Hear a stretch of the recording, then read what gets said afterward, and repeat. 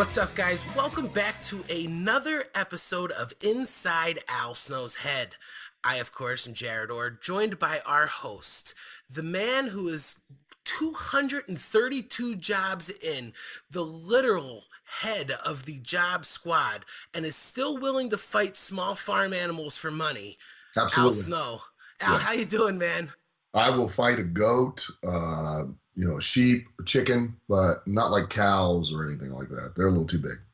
So Not too big. Yeah, I did a little bit of research on that, and I've heard that you're an experienced cockfighter, but nobody would really get any more into it after that, so. good one. Not bad. Hey, I do it every once in a while. I get a good one in. Yeah. That's what she said. Yeah. So you're coming back off of a week in Chile with the Al Snow Wrestling Academy. How was that, man? Down there it went great. I love going down to Chile. The people are awesome. The fans are amazing. We opened up a second academy in Concepcion. We have the original one in Santiago. We opened up the second one in Concepcion, and I got to spend time with all the students. I think between the two schools now, we have about 120 students, which is just awesome. And Concepcion was a beautiful city, but much to my chagrin, I found out that this time of year, it's winter there. So, yeah, that was fun. I just got over winter here, and winter was there. And surprise! They only get snow in Santiago like once every 20 years, and guess what they got on Monday? Snow. Ha! How fitting for Al Snow to get met with snow in Santiago. No, you don't understand. I hate winter. I absolutely hate winter, to the point to where I walk out of the house during the season and just flip off the sky constantly. I spent about 15 years in Buffalo, New York, and that's where my wife and her family are from. And wow, you talk about winters. I mean, we went weeks where it was 10 below zero, 20 below zero. Those are winters, and in fact, I'm headed back to Buffalo, New York later on today to go watch my daughter graduate from high school, which I'm very excited about. Congratulations! I know everybody knows about the three small boys, but I told her last week the oldest is my favorite still. So yeah, it's exciting. Now I know you have daughters, Al, and I can say that raising a daughter was definitely the best and the worst thing that I had ever done at the same time. That was teenage girls are a challenge. To say the least. Yeah, they certainly are. Girls in general are a challenge. I mean, Nikolai wouldn't know anything about that yet. He's still a young man. He's learning the ropes. As he gets older, goes through the change in life, he'll suddenly find out the girls don't have cooties anymore. Well, yeah, he's waiting for the other one to drop still. He's a young guy. Yeah, he is young. But so going to watch her graduate from high school, so that's exciting news on my end here. Last week we were talking a little Tough Enough again, and right before we ended it, we kind of alluded that Tough Enough wasn't your only taste in the reality show business. So real quick before we get into ECW and hardcore, we've had some fan questions. And one of the ones that kept coming up over and over again was, how was the British reality boot camp? How was that compared to Tough Enough? What were some of the differences, and what were the two projects like for you? British boot camp was on a shorter production schedule. It was only about a week worth of time. And, done overseas in the UK. Was an awesome experience, but it was done a little bit more kind of American Idol-ish. We went to 3 different cities. We had people come in. They would audition or try out, you could say, to be a part of the show. We sat up there, myself, Gail Kim, and Samoa Joe, and operated kind of almost like judges, like Simon Cowell and Paul Abdul. And we picked a certain number of contestants. And then we culminated it with a show in London It was an awesome show. We'd also judge the performances of the guys and guys and girls in the matches, and then we would vote and decide who were the finalists for the British Boot Camp. The winner ended up being Mark Haskins, who ended up getting a contract with TNA, and then now I think he's with WWE now. Very talented kid, very charismatic, good solid babyface. There were a lot of amazing, talented wrestlers, both men and women over there in England, and they're experiencing like a major boom period of independent wrestling over in throughout the UK right now. It's been going on for several years now, and they're doing really, really well. So I hope they can sustain it and just keep the business up. Now, is the WWE and TNA, are those as big in the UK as they are here stateside? Well, the WWE is huge everywhere. I mean, it's the WWE, and they have a worldwide presence. But at one point in time, TNA was actually had a stronger presence in the UK than WWE did, and that was because TNA was on basically free TV. They were on Challenge TV, and WWE, I think, was either not on TV at all or they were on Sky Channel, and that was like a pay channel. And more people were able to view TNA. It did awesome numbers, and every time they would go over for their yearly tours, it would draw great houses. Now, I notice you have a lot going on in the UK. You've got the Al Snow Wrestling Academies there. I believe Collar and Elbow's got a UK division coming up. I've seen something on Facebook. Yes. Was this because of your experience with the British Boot Camp, or did you already have these things working when that was going on? Or no, I did not have those things going on prior to British Boot Camp, and I've went over numerous times before for different opportunities in the UK. Always enjoyed my time over there. Always, love the fans, and I think they're awesome. And I've always enjoyed the style, the unique style and approach to professional wrestling that the UK wrestlers had at one point in time. Back in the World of Sport days. It was really interesting to watch, very entertaining.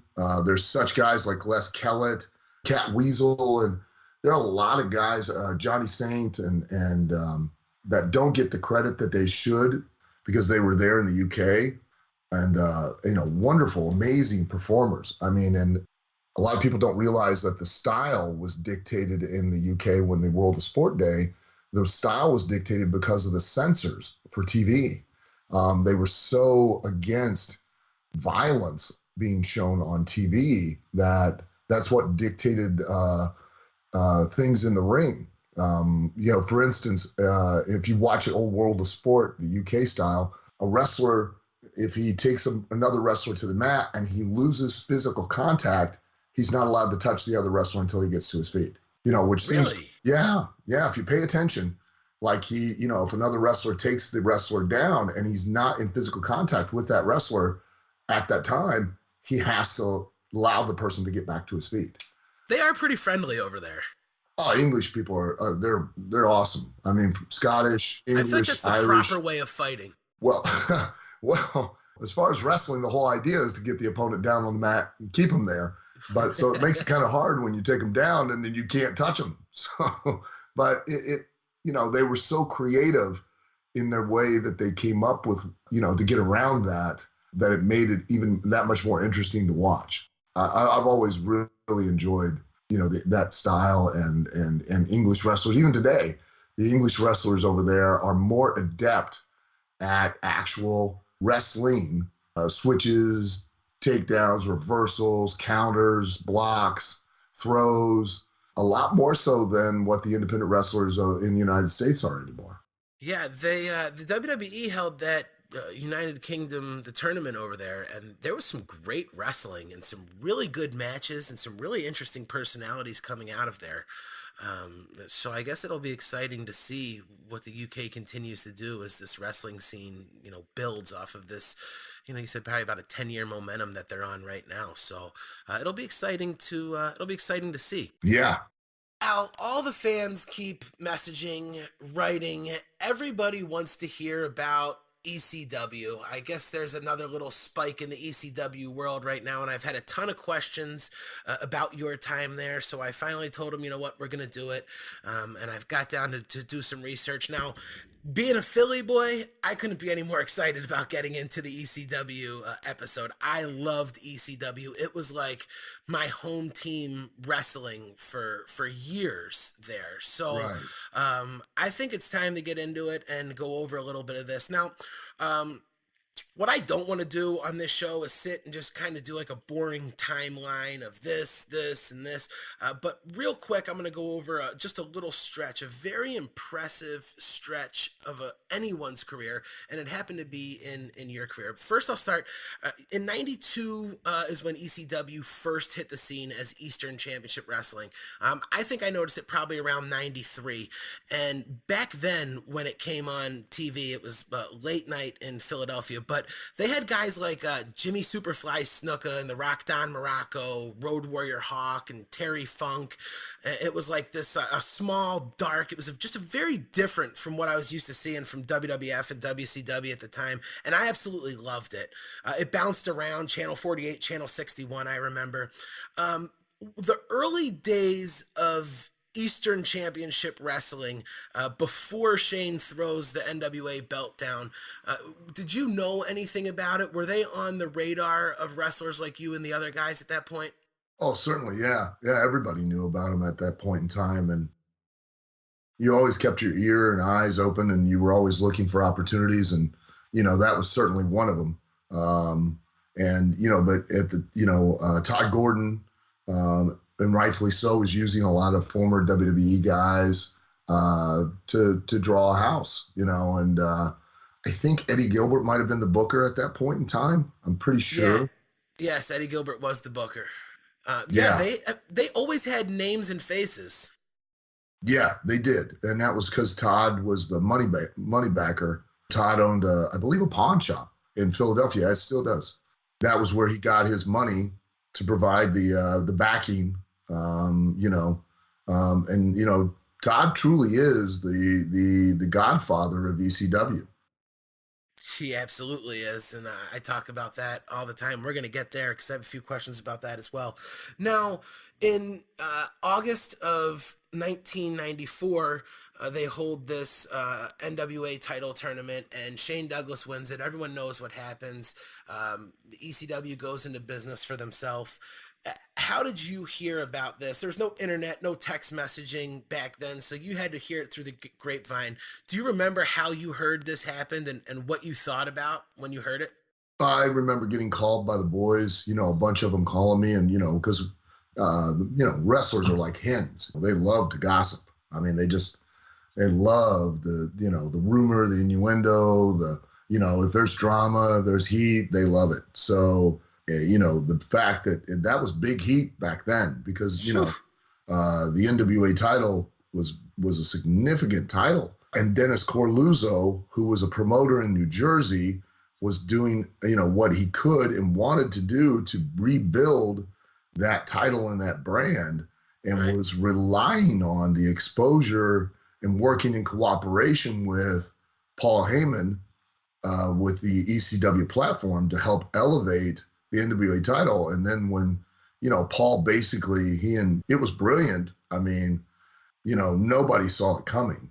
And it was probably just as impactful and just as significant business-wise as the Montreal Screwjob was. Absolutely. I mean, it was a major turning point for the wrestling business, not just for ECW business, but for wrestling business as a whole. How big are Shane's balls for being able to do that? That's pretty ballsy. You got to give him credit. I mean, that was pretty ballsy, because Shane broke in at a time, when you went into business for yourself, you better know what you're doing, because it was easy, even then, it was easy to get blackballed out of the very business that you loved and were relying on to make a living. He took a big chance, because if he hadn't have been able to then use that platform and capitalize on it, if he'd have dropped the ball at any point along the way, Right. he'd have been done. You know, that'd have been it. Would you have done it if they came to you and told you, here's what we want to do? Would you have done it? I don't know. You know, I really I guess don't it's know. tough to say.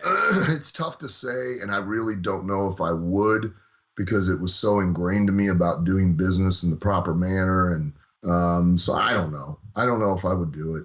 You know, I know me, I probably wouldn't. So here comes that little stretch I was just talking about, because as I'm doing my research, wow, is this an impressive burst? So that happens at the end of August in '94. Shane throws the belt down. That puts the NWA into a tournament. In November of '94, Al Snow as Shinobi loses to Chris Candido in the very final match of the tournament to crown the new NWA heavyweight champion. Any memories from that tournament? Just, I remember Chris. I mean, I dearly love, and you know, he was such an awesome individual, such an amazing person, and I miss him so much. I really do. Um, you know, So how Chris excited were you to Candido see was, him? oh, Chris, he deserved it. I mean, you know, if there's one person that really deserved everything, you know, as far as any bit of success, would be Chris Candido. I mean, he was such an awesome individual. He was such a great guy. He was one of those guys, quite honestly, that you'd be in the locker room, he'd show up, and you knew no matter what, you know, it was good. It was gonna be a good show. It was gonna be a good show. You know what I mean? Absolutely. And because it was him, you know, he made the difference. He made the total difference. I mean, and there are so few of those types of people, not just in wrestling, but just in life in general. I was always a huge Chris Candido fan. The opportunities I had to meet him at the ECW arena, he was always very nice, a class act, and just a phenomenal work rate in the ring. I just always enjoyed watching him.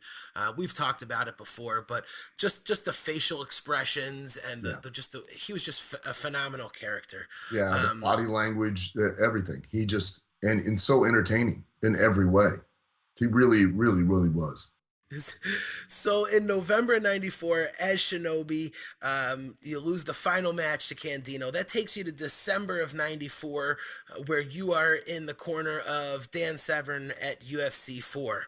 That's where you make your famous comment, and that the rest is history. Cornette sees it. Now, December '94, UFC 4. January of '95, however, you make your ECW debut. That video is actually available on our Facebook page right now at Inside Al Snow's Head. You can go check out Al's first match. And that's in January of '95. Now, we've heard the story before that you have kind of talked to Cornette and Heyman, and it was told that you could kind of work both. They were going to be okay with you working both companies. Is that correct? Oh yeah. But you know, Paul never had any intention of that. Paul wanted you primarily for himself, or he probably just didn't have an interest in me at the time. And as a result, you know, I never heard from him again. So I just worked full time for Cornette. So that's what I find to be so interesting about all this, because you come in January of '95, you have a few matches, you wrestle in February of '95, and you go 16 minutes with Benoit at the ECW arena at the Double Ladder show. People said that this might have been the match of the year. It was a phenomenal match. It's out there. Go find it for all of our listeners. It just an incredible 16 minutes of you guys going back and forth, Well, thank you. And then that's it. You don't hear really back from Paul again after that. Well, pretty much. I mean, you know, that was the way it went. Because I had the opportunity. The opportunity came up with Smoky Mountain Wrestling, and you know, I had contacted Paul and let him know, and that, you know, Cornette had no problem or issue with me working into it. You know, Paul just, I never heard from Paul again. Okay, let's just address this right now because I've heard this so many times and I believe it to be true. So, from somebody who's worked for both, is it really like they're cut from the same mold? One's just the version from the north, one's the version from the south? Pretty much. I mean, they have different visions or ideas, but really they're opposite sides of the same coin. They're both creative, passionate, driven guys, and both highly intelligent, and both really been very successful in professional wrestling and have had a great lengthy careers, and considering, keep in mind, in wrestling, you're one of two things. You're either the thing that sells tickets, you're one of the things that helps sell tickets. So that's a tough spot to be in if you're a manager. Do you know what I mean? If you're, you're not the thing, and to be able to last as long as they have and serve as many different roles and as many different masters, promoters as they have, it's pretty incredible. And it's a testament to just how intelligent and how creative these two individuals are.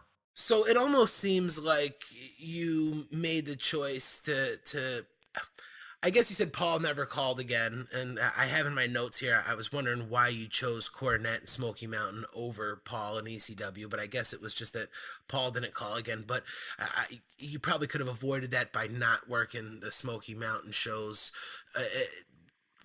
Was there, did Paul ever say to you, hey, if you're going to go do that, there's going to be no work here, or No, no, no, no. of course not. No, So he never you said that. So, and he just said, "Oh yeah, no worries. Well, you can work both places." And I was like, "Oh, okay." And then, never, never worked anymore there. So Sounds about right. So you make your debut in Smoky Mountain. Your first match there, you were introduced as Simply Sensational Al Snow. yes, Yes, awesome. And you were really working up that, you really had it on high gear, that personality, that persona. It was really starting to come out a lot different than what we saw over at ECW just a few weeks before. You could see that you were really kind of having fun playing this character here on TV. Was it exciting to start to get this boost on Smoky Mountain TV?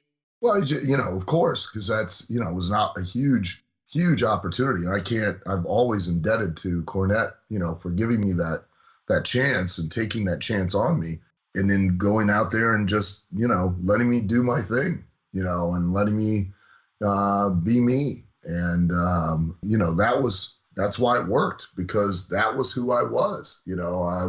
I was a very smart ass heel. And, I could have and should have, now knowing what I know, taken far more advantage of that opportunity and done it far more differently and more correctly now, and could have drawn even more heat, real money selling heat, and should have done it the way that, Cornette really intended. But Cornette never really gave me any direction and didn't tell me that I was doing wrong, which I wish he had. Because the whole idea was that I would run my mouth, make people want to see me get my ass kicked, and then Glenn would be the heater and would come in and prevent it, and then I would never really they'd never get their hands on me. But the problem is that I was out there kind of sort of going into business for myself and, trying to get myself over, show what I could do, and show that I was a great wrestler, as opposed to that I was a great heel. And I did, it was awesome for me. And I started getting noticed and getting, rave reviews by dirt sheet correspondence and stuff, which led to me getting more opportunities and things like that. But really, to do the proper business and to do what I was brought in, I was going completely counterclockwise to that. And no, I know that now. And I really probably should have done it differently, business wise. So you guys were like, you were gonna be the Shawn Michaels and Diesel was kind of, I guess, Sort the of, idea. kind of, sort of, yeah, but, I a lot of times would, stay too much in the ring, do too much that I really should have done less. That way it would have meant a lot more. It's a lot of the same stuff that I preach to now, a lot of the younger, talent these days, that and they stand there and look at me like, well, you don't know what you're talking about. You're old school. You don't, you're just one of those bitter guys that doesn't like, oh, don't do those flippy things. Listen, I think that's awesome. I'm a big fan of that. And in fact, if you go back and watch a lot of tapes, you'll be seeing me do stuff that back then that they don't do now. I've learned my lesson that if I'd have done a lot less of that, it would have meant a lot more. And if I'd have just simply, instead of me putting the baby face down, had simply just ran my mouth, let the babyface try to get his hands on me, tagged in Glenn. Glenn would have put the babyface down. Then I come in and do my cool, spectacular move. Right. Got it, and then jumped up and not covered the babyface, but jumped up and celebrated and made it seem like, I was putting myself over, as opposed to now I've just done this big, spectacular move and I've covered him and the babyface just kicks out. How spectacular and damaging was my move? I buried it, So it's just experience. You learn the hard way, and then you try to communicate that to, the younger talent these days, and they stand there with that look on their face like, you don't know. It's changed. It's different. It's like, yeah, you're right. You reinvented the wheel, pal. It's no longer round. It's octagonal or hexagonal, or it's something, it's a new shape. You've come up with something brand new. We're not selling the same thing that we were selling 10 years ago. Congratulations. Good for you. Woo-hoo. Right. We're going to do a whole show on mistakes. Smoky Mountain. That'd be cool. Yeah, we're going to do a whole show because we get a lot of questions about that, and I've got a ton that I want to get into, especially with that run and some of the stuff that you did out there. But your run in Smoky Mountain doesn't last long. By August of 95, you're now signed into the WWE. So real quick recap here. November, you're wrestling for the NWA belt. In December, you're in the corner of Dan Severn as he makes it to the final match in his very first UFC entrance. In January, you're making your ECW debut. By February in ECW, you're having what many are calling the match of the year with Benoit. Then you head over to Smoky Mountain. You become tag champs with Kane. By August, you're signed in the WWE. So yeah. August of 95, you start your run in the WWE, and we're going to talk about all of that at some point as well. But what we're here today is to get a little extreme. So let's shoot over to 1997 now. You've done the Shinobi, the Avatar, the Leaf Cassidy bit. Talk to us about how you end up in ECW in an Extreme Championship Wrestling from the New Rockers. We've talked about it. I mean, it was basically that I decided, I realized I had to get out of WWF at the time, because if I stayed there, they were going to continue to view me in such a way, and I needed to get out of there and let them see me in a different light, and if nothing else, see me as a star on another platform and have that opportunity to present myself as such.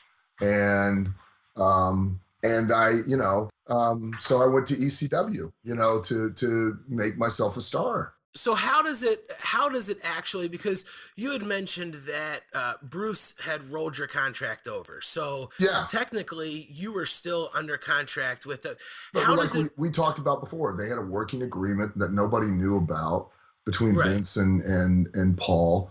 I went to Candido, Candido was Paul's right-hand guy at the time. He went to Paul on my behalf. Paul then went to Bruce, and and they were like, hey, why do you keep this guy with a bad attitude in your locker room? It's not really going to help matters. He's still under contract. Why don't you, and Paul convinced them to put me over there. He had no plans for me, had no intentions for me, but knew I was a good hand and could do things. And then I got myself over, and then Paul capitalized on it. And that's how, we've talked about it before. That's how the wrestling business works. That's how the process actually occurs, is that whether it's for Vince, Paul Heyman, Bruce Pritchard, Eric Bischoff, Jim Barnett, Bill Watts, you name Vern Gagne, you name the promoter, the wrestler gets themselves over, and then they capitalize and exploit on that. And they try to create, circumstances and situations to give the wrestler the best platform to do that. Wrestlers don't want to hear that.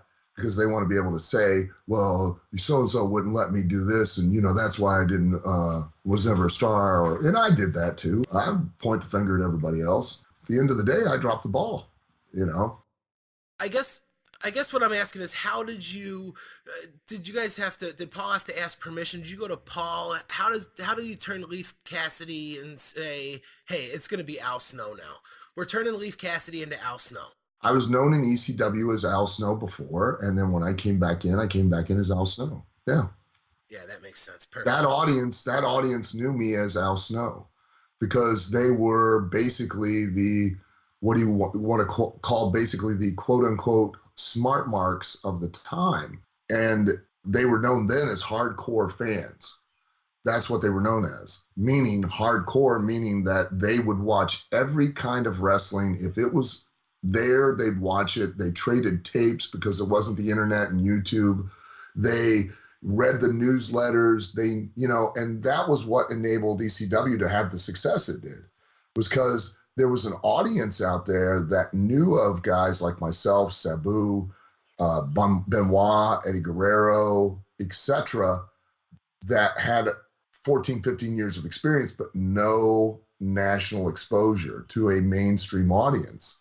But this underground audience of fans already knew of the reputations, already watched matches and tapes, and were willing to pay to see these guys. And then ECW gave it a platform that reached out to beyond just these hardcore fans to now even more of a mainstream audience. And so you had wrestlers who had years of experience that looked brand new and fresh on the scene that no one had ever witnessed before. So it was a brand new product. So you call up Candido, say, hey, I'm drowning here. I got to get a reset. And he says, I'll get you in an EC. What's he telling you about ECW at that point? He was saying it was great. He loved it, and he was miserable in WWF before he left. And, and that was what really made me, lean on him and ask him to just go to Paul and on my behalf and see if something could be worked out. So you get back to ECW in 97, and it's got a little bit of a different feel than it had your first time around, wouldn't you say? No, not really. The prevalent feel, the prevalent direction, the mindset was all that Paul always instilled in both the fans and in the boys themselves, was that ECW was ours, and it was us against the big two. When you're there in 95, your first time around, is Todd Gordon still in charge, or is it Paul then too? Paul was in charge then, yeah. Todd was kind of in charge, but really it was Paul's deal, Paul's show. Okay, so now we get to 97, and you're there in ECW. Now, this is like the height of when ECW really starts to take off on this hardcore kick. What was your feeling on the hardcore wrestling? You're coming in as somebody who's been a technical specialist, match of the year, best kept secret. Are you ready to go get hit with frying pans and shit? Listen, they're all, hardcore is nothing new. If you go back and watch old Memphis tapes, you go back and watch lots of, the old Sheik's territory was like one of the original places for like a version of ECW. You want hardcore, that's where you go back and watch hardcore. Those guys would bleed everywhere. And they were not hardcore. They were called stipulation matches back then, where they would create stipulations that allowed guys to use weapons, or, they used to have cage matches. Fans don't realize they used to have cage matches with barbed wire at the top of the cages to prevent the guy from climbing out. Because the whole sole purpose of a cage is to either prevent the guy from leaving the ring or prevent another guy from coming into the ring to get involved. And so it's now the heel and the babyface. It's two men versus each other. And now the audience, who always knew that the babyface could have and would have and should have won if it hadn't been for, now all of that, if it hadn't been for, is gone. Because nobody can come in, nobody can get out, and now the babyface can basically just haul off and kick the heel's ass. And that's why they used to have literally barbed wire at the top of the cage, keep guys in the cage. I understand some of those Memphis and some of the Sheiks, and I've And watched some listen, of those. Memphis, they were the first ones to do a scaffold match. You know, they were the first ones to do. I think them or Puerto Rico were the first ones to do barbed wire matches. I forget which one. Dutch Mantel. I forget who. I think he worked with Lawler in a bullwhip match. you know, Wow. they used to Yeah. have the bull rope match, would have the cowbell in the middle. They had dog collar matches where guys get to whip each other with chains, and look, it ain't nothing new. Everybody thinks their generation or that version is brand new and they've never done it before. The only thing at ECW you saw there that had never been done before, and really the person that started all of that was Sabu, was somebody who put himself through a table. Yeah, Sabu, and it's funny you say that because Sabu is the nephew of the original Sheik, correct? Yeah, he is. Yeah, the original Sheik broke Sabu and Rob Van Dam, and Rob Van Dam's partner at the time when they first broke in, which was a kid by the name of Dango. And Sabu, the innovator of Sabu, brought a lot of that turn in ECW from Eastern Championship Wrestling to Extreme Championship Wrestling was on the backs of guys like Sabu who learned from the Sheik, and it was brought up often on television that he was the nephew of the Sheik. Yeah. Now, okay, so maybe you say the locker room and the approach hasn't changed much in 97 as it did from 95, but the audience and the vibe in the arena certainly has changed quite a bit. By 97, this is when the ECW arena was just electric nightly. Uh, what was the what were the differences between being in a packed ECW show and then the packed Smoky Mountain shows that where you were in from that Philadelphia crowd? I mean, is it really as different as we, the Philadelphia crowd, think we are? Oh yeah, because the crowd was as much a part of the show as the show was a part of the show, and that crowd would, if you let them, they would hijack the show on a regular basis. That's the one thing that drives a performer crazy, is when they the smart fans even to this day will hijack shows, and they'll take it over. And if you're not careful, the inmates will be running the asylum. So it's a challenge for a worker to go out and work that audience, because that audience is constantly trying to work everyone else and work the workers in the ring to get them to perform to the tune they're doing. And now it's a much more challenging environment for a professional wrestler to go out in that ring and try to take control and run the match and tell the story and work that audience's emotions when they're constantly trying to do it themselves. When you walk into that locker room, now you've just spent 2 years in WWE. You've been in the locker room before. How was Al Snow received walking into the ECW locker room? And I guess people are looking for his adversarial, but most of these guys are your buddies. You know most of these guys, right? Oh yeah, I know them all. And I've worked with all of them at one time or another, and we're all we're the camaraderie. The locker rooms anywhere are always very interesting. One, as a wrestler, you have a gimmick in the ring and you have a gimmick in the locker room. You have a persona out there and you have a persona in the locker room that you present. And two, it's a weird kind of dysfunctional family. There's such a camaraderie with the other guys, and especially at that time in ECW, like I'd never really experienced it anywhere else, where quite honestly, guys would go out there, they'd bust their humps, they'd have an awesome match, and I'd watch the entire locker room that was watching the monitor standing waiting for the boys to come back, and would be clapping hands, celebrating, putting them over for what they just did. Now, I'd never seen that and haven't never seen that anywhere else. And it was such an awesome environment. But at the same time that everybody's clapping and putting everybody over, you're also competing with and trying to outdo each other, and always wanting that bigger spot. And that, when we had the advent of pay-per-views in ECW, that was when you could see the locker room start to turn a little bit. And now there was more of a competition because guys wanted to be the headline of the pay-per-view. And guys were now, still very positive and, hey, putting everybody over because they realized that the more that one guy succeeded, the more everybody did. But at the same time, they still wanted to be that one guy that really succeeded. And it started to change a little. It started to become more like every other locker room that I was in.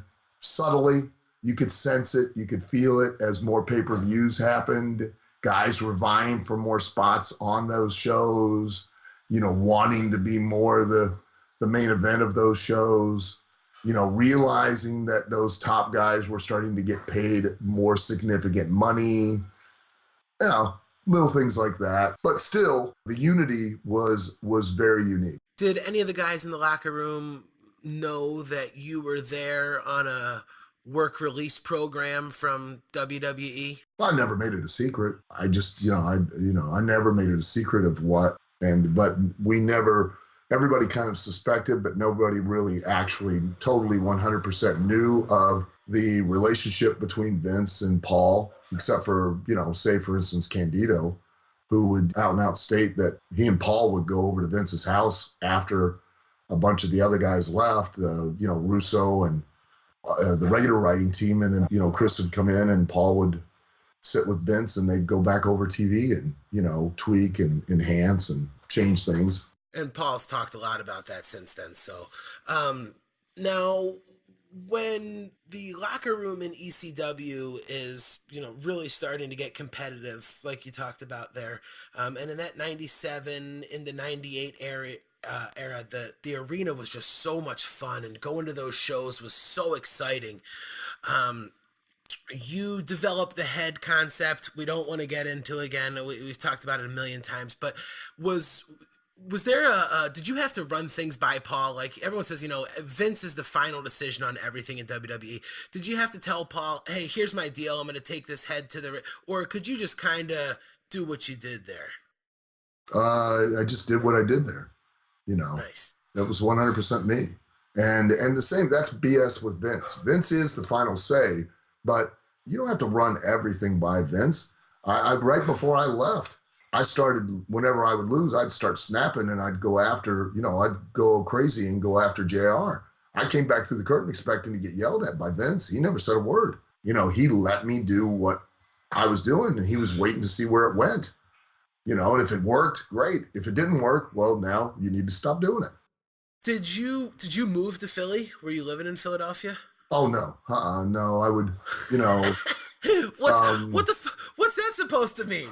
Well, because at the time, my wife, I lived in Ohio. My wife wasn't going to had kids. They weren't going to pick up and just move to Philadelphia. And, and it was a different time, Paul flew you in. We usually had a 4-day loop. ECW was getting to the point where, they were starting to run. They were just at that point where they were developing an actual territory. They were starting to run 4-day loops, much like Smoky Mountain had been running on, a Friday, Saturday, Sunday, usually a Monday, or a Thursday, Friday, Saturday, Sunday.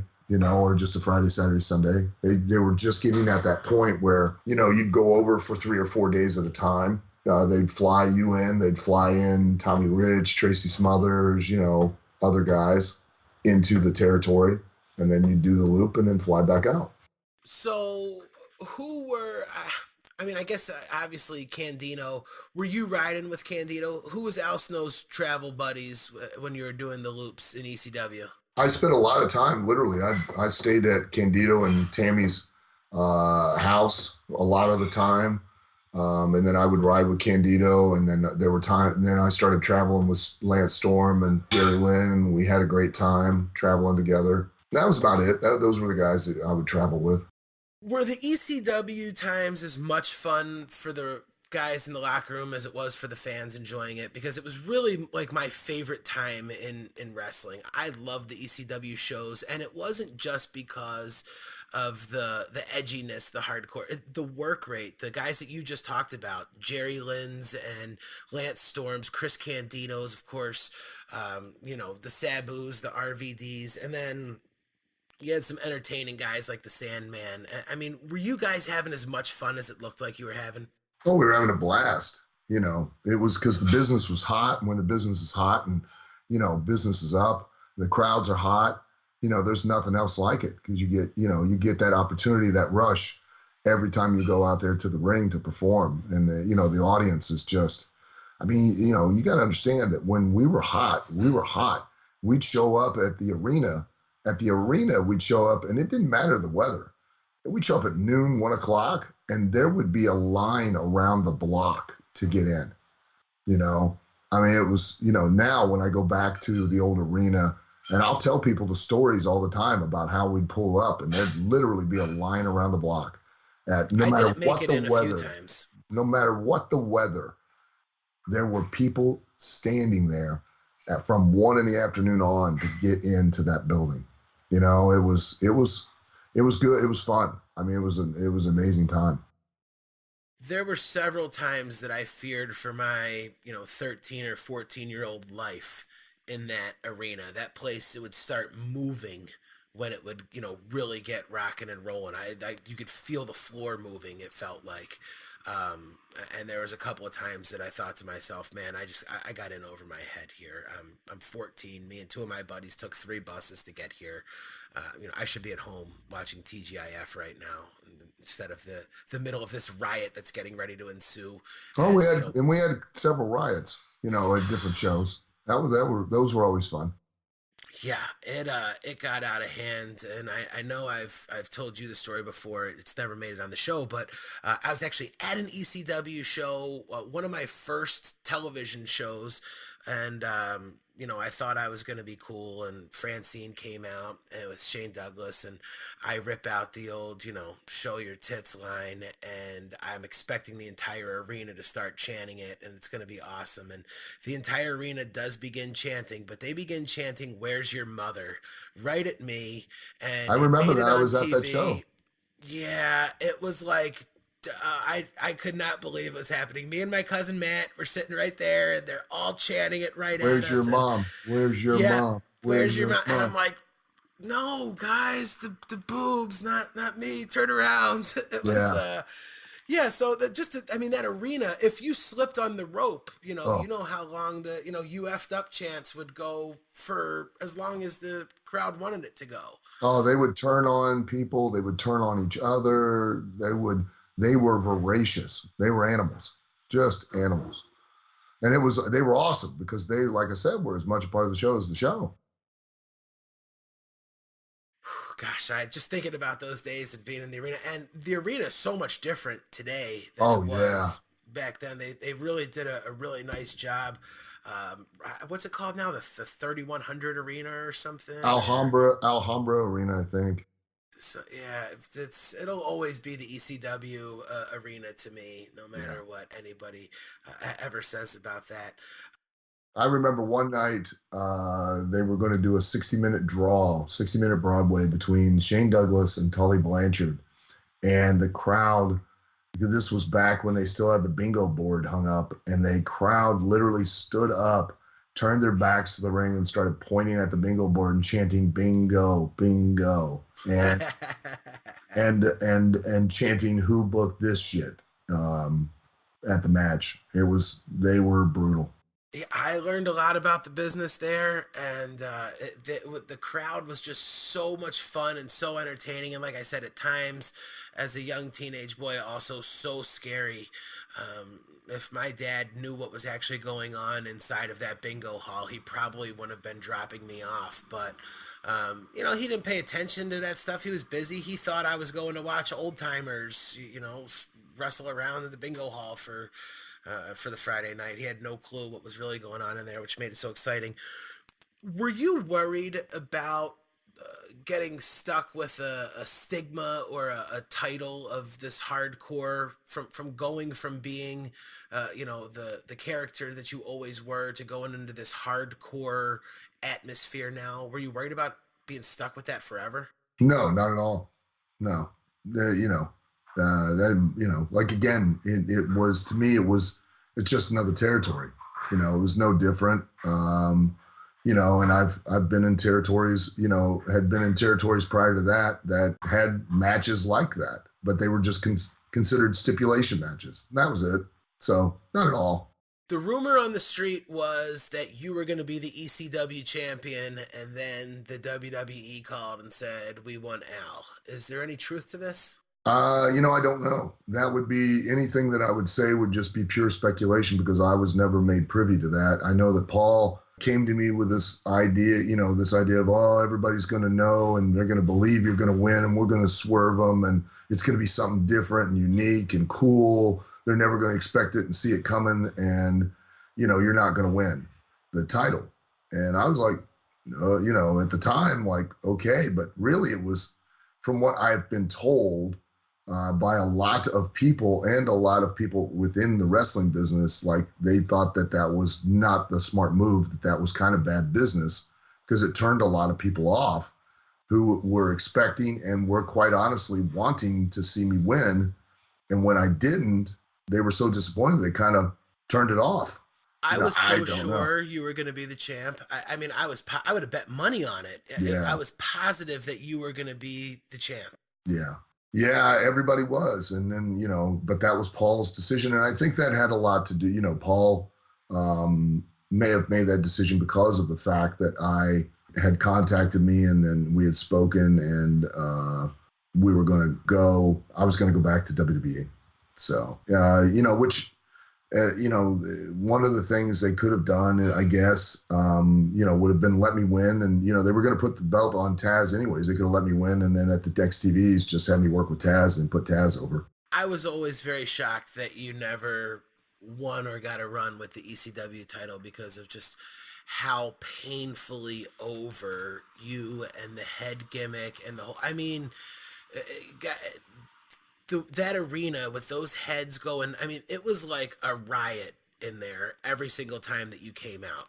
That had to be an awesome feeling when that thing really started to take off. It was. The sad thing is that at the time when, it does take off, that you're so close in the forest that, up against a tree that you just can't see the whole picture. And you really can't appreciate it for what it is. And, as you get further away from it, that's when you start to really realize and appreciate just how much and how over it was and how good a run it was at the time. And, it's at least I had it and it was great. And I loved every minute of it. And, and now you work to reinvent yourself and do it again. That's the challenge. Do you ever go back and watch any of your old matches? Nah, not really. I'll send you some of this ECW stuff every once in a while because you've got to sit back and watch this crowd. It's got to be pretty neat to see because even just me watching it and seeing, 1,500, however many they were jamming in there at the time, everybody with a styrofoam head and everybody screaming head. It's crazy to think, my wife was looking at me and she's like, you were there? And I said, I don't know if I was at this one, but I've been in that. And yes, it's crazy. It really gets nuts. When the WWE calls, if you were given the opportunity, if they would have said, hey, either Paul's going to put their strap on you and you're going to be the heavyweight champion at ECW for a little while, or you can come up here and get this hardcore division going here, which one would you have done? At the time, and I've said this before too, Russo approached me about coming back and I told him no, that I was happy to be where I was at. I didn't want to leave. I was, it was such a great, positive environment. Things were great. I was really over, I was having fun.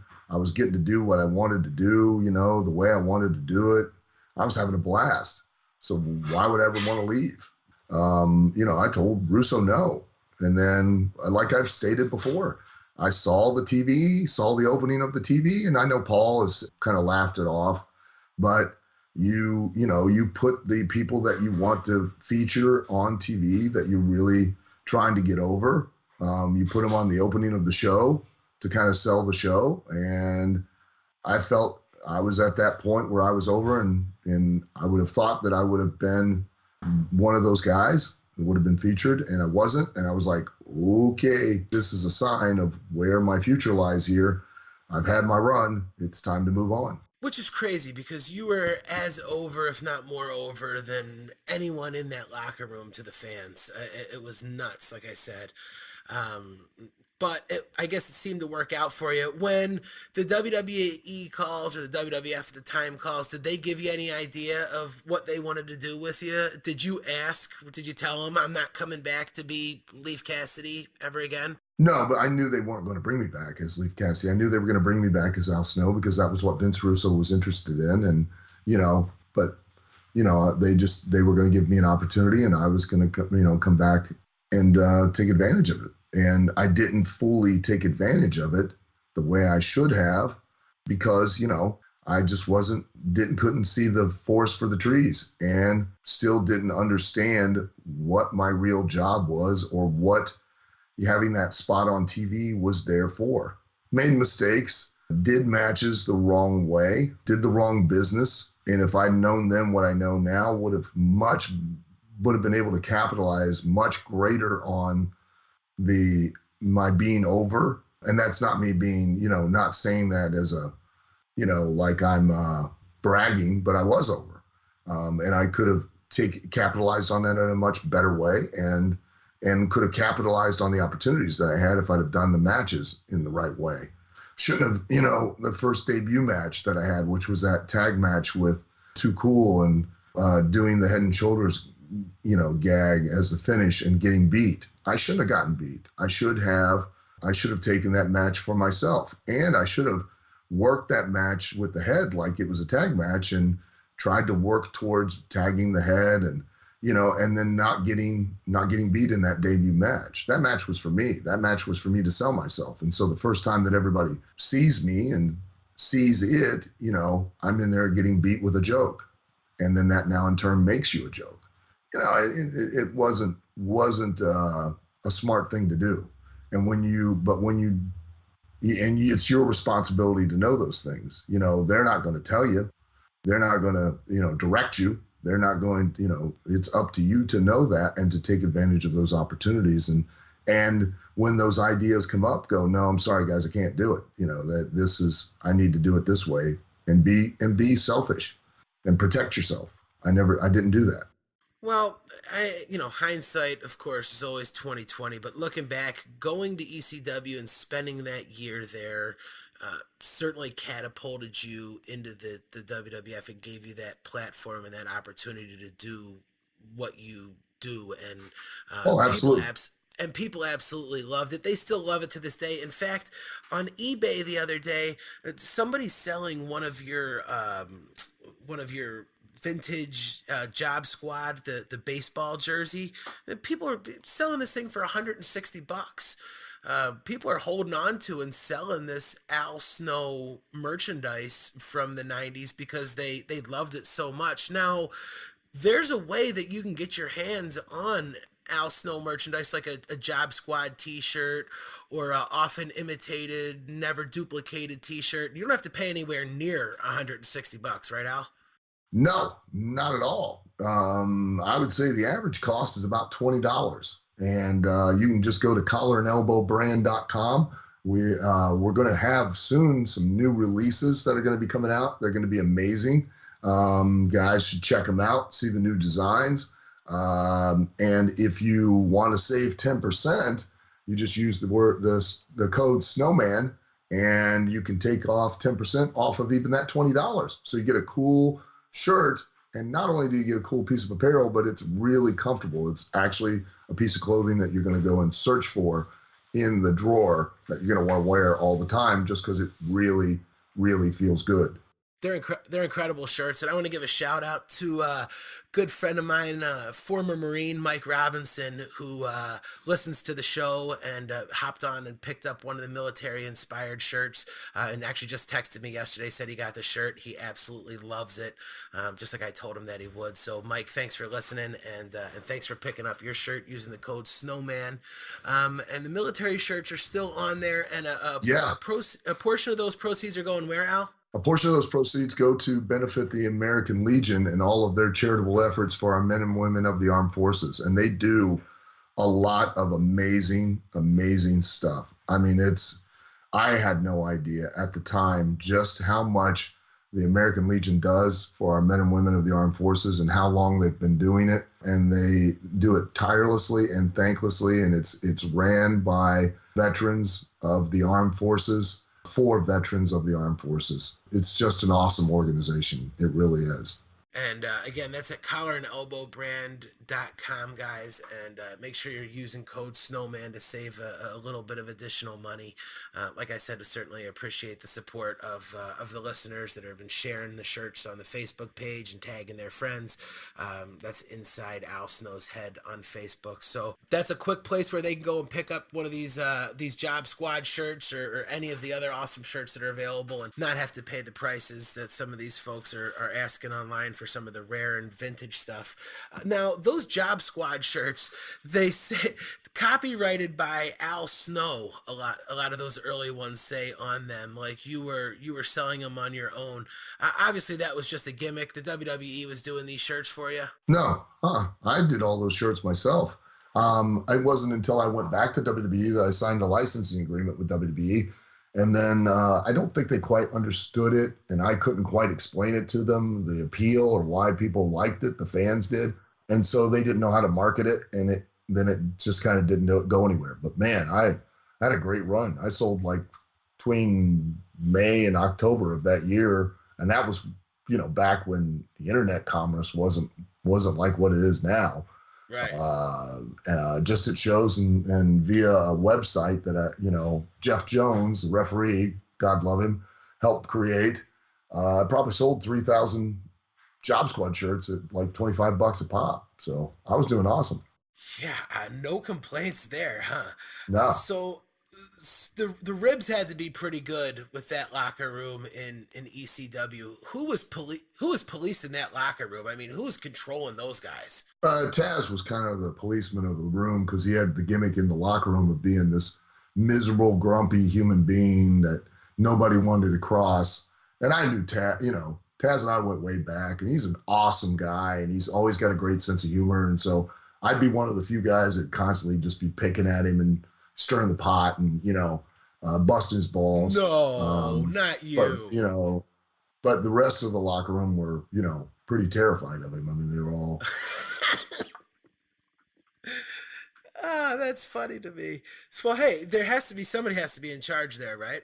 You would think so. It was, Dreamer kind of, Dreamer kind of led the locker room. Shane, Taz, Bully, Bubba Ray.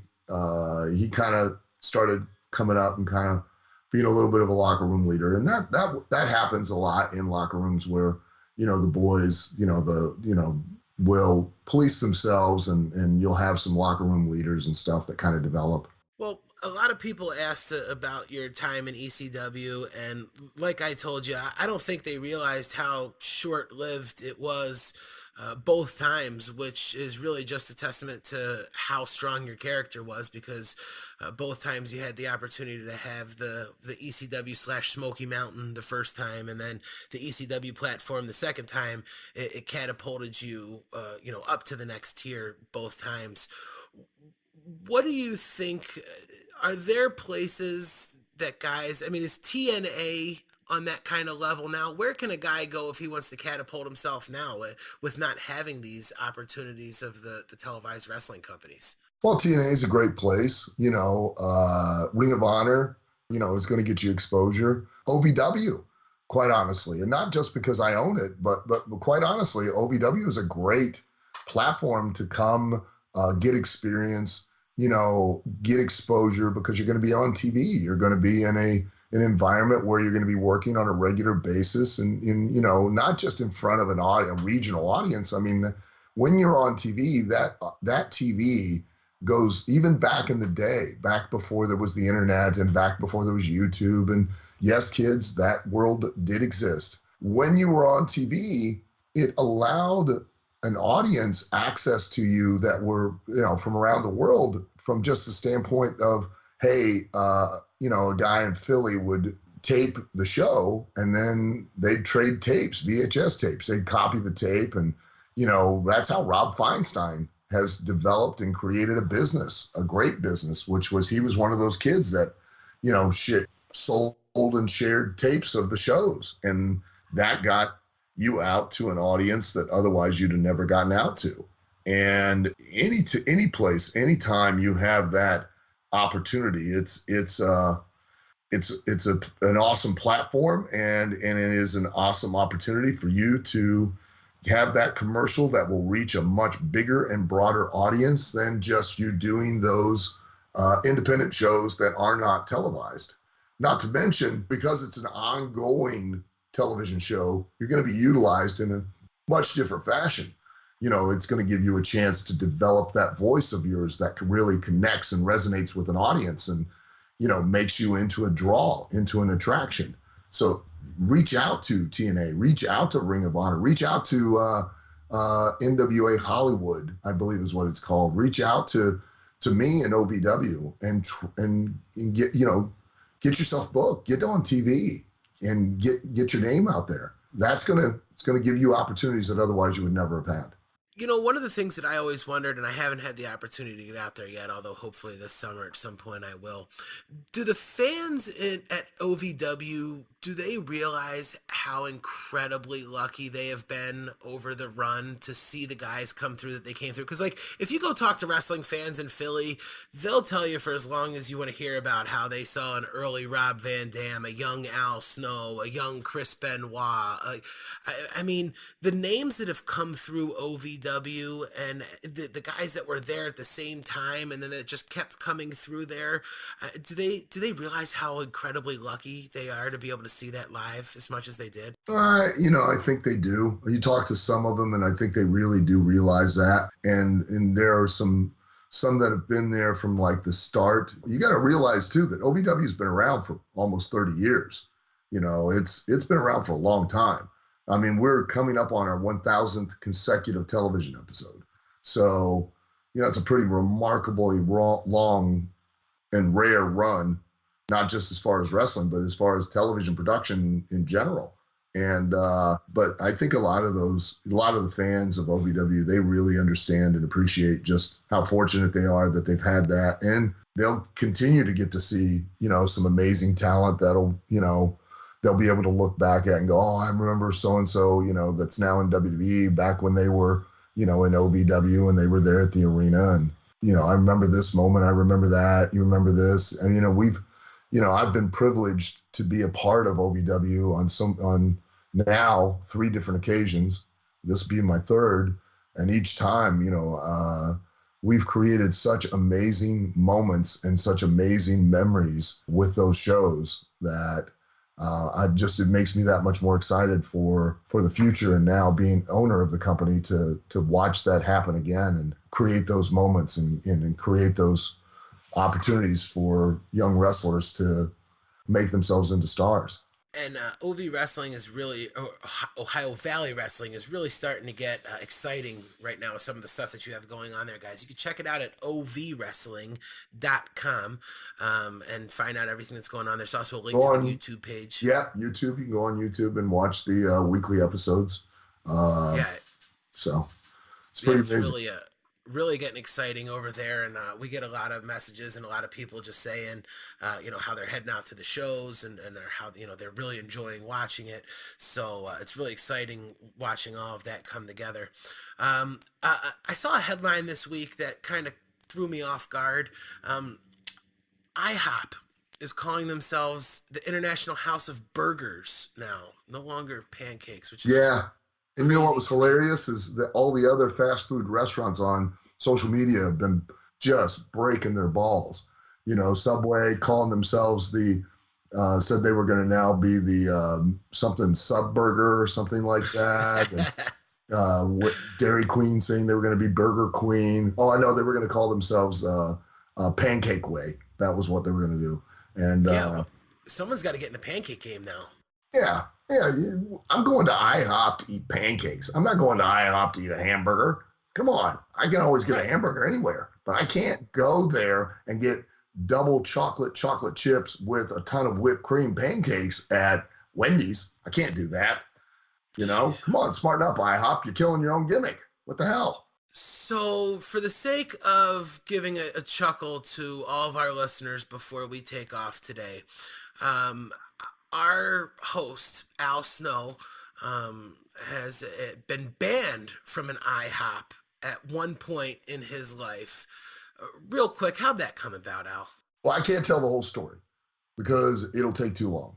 It'll take 20, 30 minutes for me to tell the whole story. But the highlights of the story is that it was a van full of 6 drunk little people that we had decided at 3 a.m. to stop at an IHOP to get them sobered up, which was full of drunk regular people, which ensued a drunken little people fight, which I tried to break up, which now one of the annoying, aggravating little people kept trying to punch me and headbutt me in the balls. And I was on the verge of, I was going to knock him out because I knew it wasn't going to get me points. I wasn't going to look good doing it.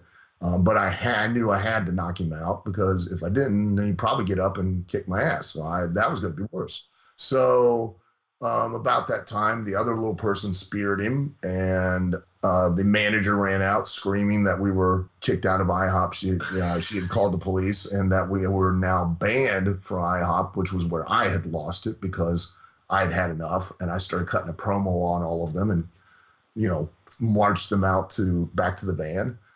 We convinced one of them to get naked, and because he was still drunk, and we'd pop the back doors open in front of cars as we go down the highway, and he'd stand there naked. And we hit a bump as we went over an overpass, and he about fell out the back of the van. Oh, the life of a pro wrestler. That's about it in a nutshell. Yeah, what I wouldn't have done to be in that IHOP and watch you and 6 midgets getting chased out by the manager. I was about to kill 6. I was about to kill 6 little people. I was ready to fight because when they banned me from IHOP, I was like, that's it. Because I didn't realize, I thought I was banned from all IHOPs. And that was like a real favorite place for me to go eat. And I was like, really, that was it. I was done. You'd pushed me over the edge. Now we're going to fight. I'm going to fight 6 little people. I started giving you a hard time last night on Facebook about this. What do you wrestlers keep in those fanny packs? Who are you guys that you have to have these big fanny packs, every one of you, filled? Oh, man, there's all kinds of stuff you can carry in there. Those are the greatest fashion accoutrements ever made. I don't know why they've ever went out of style. A fanny pack is the most brilliant invention for men that could ever have been done in fashion. And why people no longer wear them, I have no idea. I have no understanding. It is such a functional piece of equipment. Just awesome. How do you not feel uncomfortable just saying fanny pack? Because it's the Swiss Army of packs.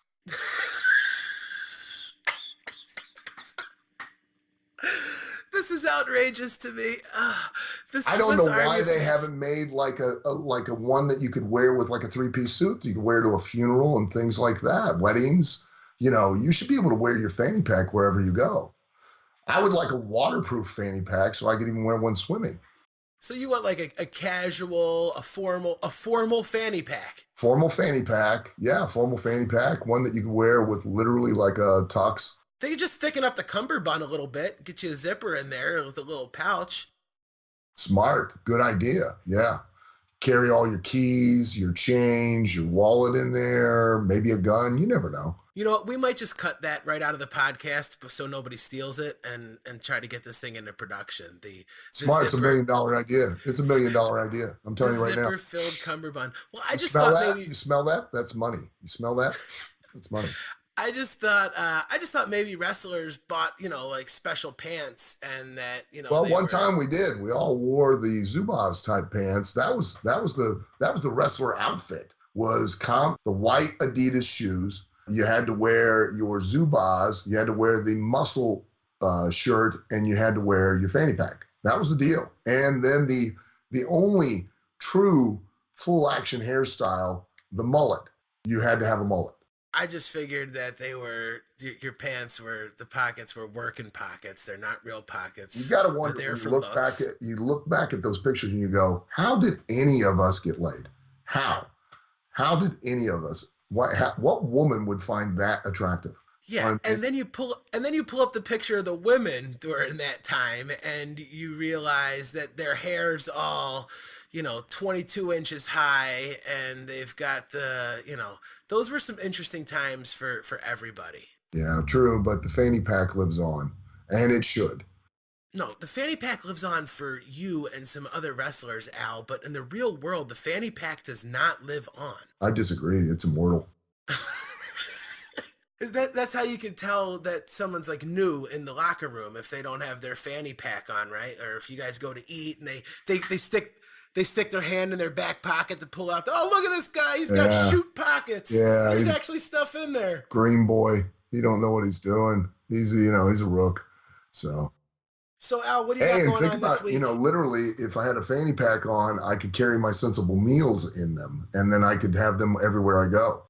So if you needed like a healthy snack or something healthy to eat, maybe bringing lunch to work, but you didn't want to spend a bunch of money eating out or getting something that wasn't healthy, you could just take one of those pre-portioned out sensible meals, stick it in your fanny pack, and take it with you? Yeah, if I wanted to stay in shape, I wanted to lose weight, I could carry my sensible meals in my fanny pack. All I'd have to do is put one of those little ice bags in there. I'm good to go. And the bigger the fanny pack, the more stuff I can carry, like that sensible meal and my wallet and my keys and my change. You see? Functional, immortal, lasts forever. That's what makes you the legendary Al Snow, because, fanny you're packs, thinking... I'm telling you right now, fanny packs were ahead of their time. They'll come back around. They will come back around. I can't even anymore. What does Jessica? What does your family say about your fanny packs? She hates them, but she'll learn. She'll come around to it too. She'll see. She'll understand. All you got to do is put one on. You got to put one on. The next thing you know, you're like, how have I ever lived life without this thing? Now, she probably hates them, but she's probably also like, well, here, you might as well put my keys in there while you've got it. Or, yeah. They secretly admire and are really subconsciously, they're jealous of the functionality of the fanny pack and thinking to themselves, why did I wear one of those? I can't even really knock it because I still carry a book bag everywhere that I have all of my stuff in. It's like my man purse. It's got my wallet and all my work stuff and pens and a deck of cards. You'd have a fanny pack, literally all of that be right next to your penis, ready to go anytime. I do feel a lot more comfortable with it being there, to be honest with you. Yep. It's probably a better deal. But that way I know keep all your junk next to your junk. You're in business. And people ask me all the time, because apparently in your mid-30s, when you're married with kids and you're not supposed to carry a book bag still, I guess. I don't know. But people look at me very odd all the time. They ask me, like, what do you got in that bag? That has nothing to do with the bag. I'm sorry, Jarett. There's other reasons they look at you odd and ask what you got in that bag. You're damn right there is. You're damn right there is, and I own it. Yeah, and you know what it is? They're thinking to themselves, why is he carrying a book bag when he could wear a fanny pack? That's what they're thinking. And people ask me, what do you got in that bag? And I'm like, listen, don't ask questions you don't want to know the answers to, okay? I was driving on the highway the last weekend, and I picked up a hitchhiker, and he got in the car, and he's like, well, man, I can't believe you stopped. How do you know I'm not a serial killer? I'm like, what are the odds there'd be two out on the highway tonight? Oh, that is just absolutely awesome. I do that to my son all the time. I love... we were walking back from the school, or we were walking to the school the other day for the book fair, and he tells me, Dad, it's going to be dark when we're leaving. And I said, yeah, I know.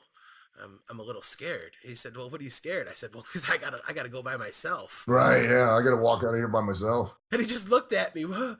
And I did the same thing to my wife when we were dating. We were camping, and she asked about a bear, and I said, "But I'll be fine." And she says, "What do you mean? The bears run fast." I said, "I don't have to outrun the bear. I just have to outrun you." Exactly. That's it's every man for I himself. told Jessica that. I'm like, oh, look, the reason I'm dating you is because I'm faster than you. That's the only reason. Because if things go down, one of us has got to survive to carry on. Yeah, well, that's exactly right. Somebody's got to keep this thing going. Speaking of going, we're going to be getting going here because we're just about out of time.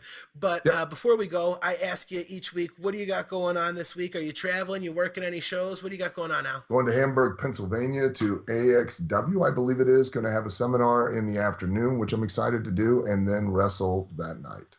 And OVW will be having a show in Elizabethtown, Kentucky this coming Saturday night as well. Well, that sounds incredible. And again, we want everybody to check out our friends at collarandelbowbrand.com, eatsensiblemeals.com. Code SNOW will save you $20 off your first month of incredible food there.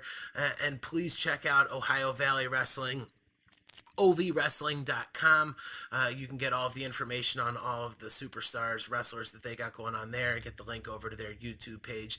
Al is at The Real Al Snow everywhere. I am at Jarett Orr. The show is at Inside Al Snow's Head on Facebook and at The Real Snow Show on Twitter. And we are going to be out of time. So, guys, thank you so much for joining us again. Please feel free to leave any comments or questions that you have about the show for myself or Al. If you like what we're doing, go ahead and subscribe. Give us that 5-star review. It certainly will help us out as well.